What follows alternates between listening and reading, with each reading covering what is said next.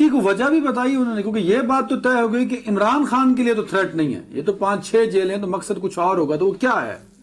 نہیں دیکھیں، بنیادی طور پہ تو وہی جو ٹیررسٹ گروپس ہیں جو یہ چاہتے ہیں کہ اس طرح کی کوئی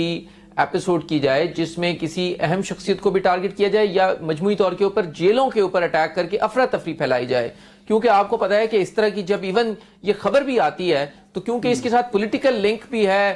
کیونکہ بانی پی ٹی آئی ہے وہاں پہ، شاہ محمود قریشی ہیں، چودھری پرویز الہی ہیں، دیگر ہیں، تو وہ پھر ایک پولیٹیکل نیوز بھی بن جاتی ہے کہ شاید اس کا مقصد جو ہے وہ شاید کوئی سیاسی ہے. لیکن ابھی تک کی جو تمام انویسٹیگیشنز ہیں اس میں یہ پتا چلا ہے کہ ہارڈ کور جو ٹیررسٹ ہیں وہ یہ منصوبہ بنا رہے ہیں. لیکن آپ ایک منٹ عامر، میرا اپنا خیال ہے جس وقت ہمیں کوئی آواز کا آپ کے ساتھ کمیونیکیشن کا مسئلہ ہو رہا تھا تو آپ نے کچھ یہ اطلاع بھی دی ہے کہ 3 افراد تو یہاں سے پکڑے گئے تھے، لیکن کچھ لوگ جو ہے وہ کے پی سے دیگر اضلاع خاص طور پر ٹانک اور ڈی آئی خان وغیرہ سے بھی شاید گرفتار ہوئے ہیں.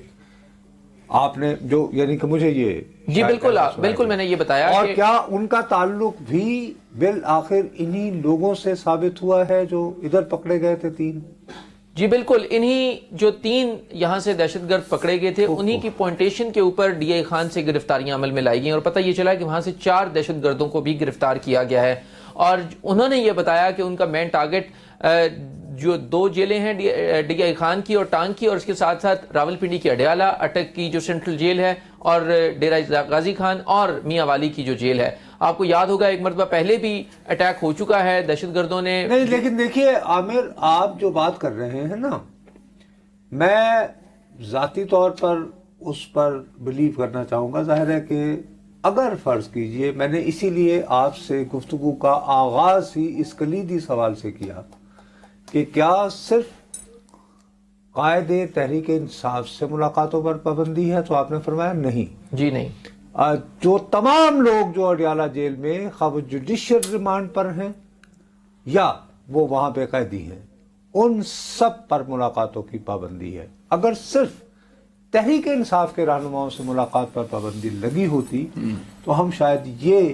شبہ کرنے کو، دیکھیے بحیثیت رپورٹرز ہمارا کام ہے کہ حکومت جو بھی کہے ہم اس کو شک اور شبہ کی نگاہ سے دیکھیں. جی تو میں نے سچی بات ہے اس دن جب آپ سے یہ ڈیٹیل معلوم کر رہا تھا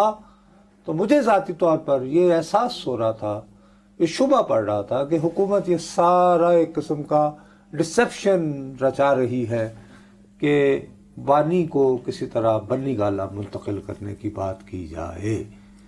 آپ آج کی مزید معلومات جو آپ کو ملی ہیں، اب آپ اس تاثر کی نفی کرنا چاہیں گے؟ جی بالکل نصرت صاحب، جو اب تک جو ڈیولپمنٹ سامنے آئی ہیں اس میں ہوم ڈپارٹمنٹس نے باقاعدہ طور کے اوپر لیٹرز لکھے ہیں اور آگاہ کیا ہے جیل سپرنٹینڈنٹ کو بھی، ڈی آئی جی جیل خانہ جات کو بھی، آئی جی جیل خانہ جات کو بھی، اور وہ ریکارڈ پر ہیں. اور اس میں یہ بتایا گیا ہے کہ یہ جو ٹیررسٹ گروپس ہیں یہ ان تمام جو جیلز ہیں ان کو ٹارگٹ کرنا چاہتے ہیں، اور اسی میں راول پنڈی کی اڈیالہ جیل بھی ہے. لہٰذا ان تمام جو جیلز ہیں ان سب کی سیکیورٹی کو بیف اپ کیا جائے. اور اس میں یہ بھی کہا گیا ہے کہ جو تمام قیدی ہیں ان سب کی ملاقاتوں پر پابندی عائد کر دی گئی ہے. اچھا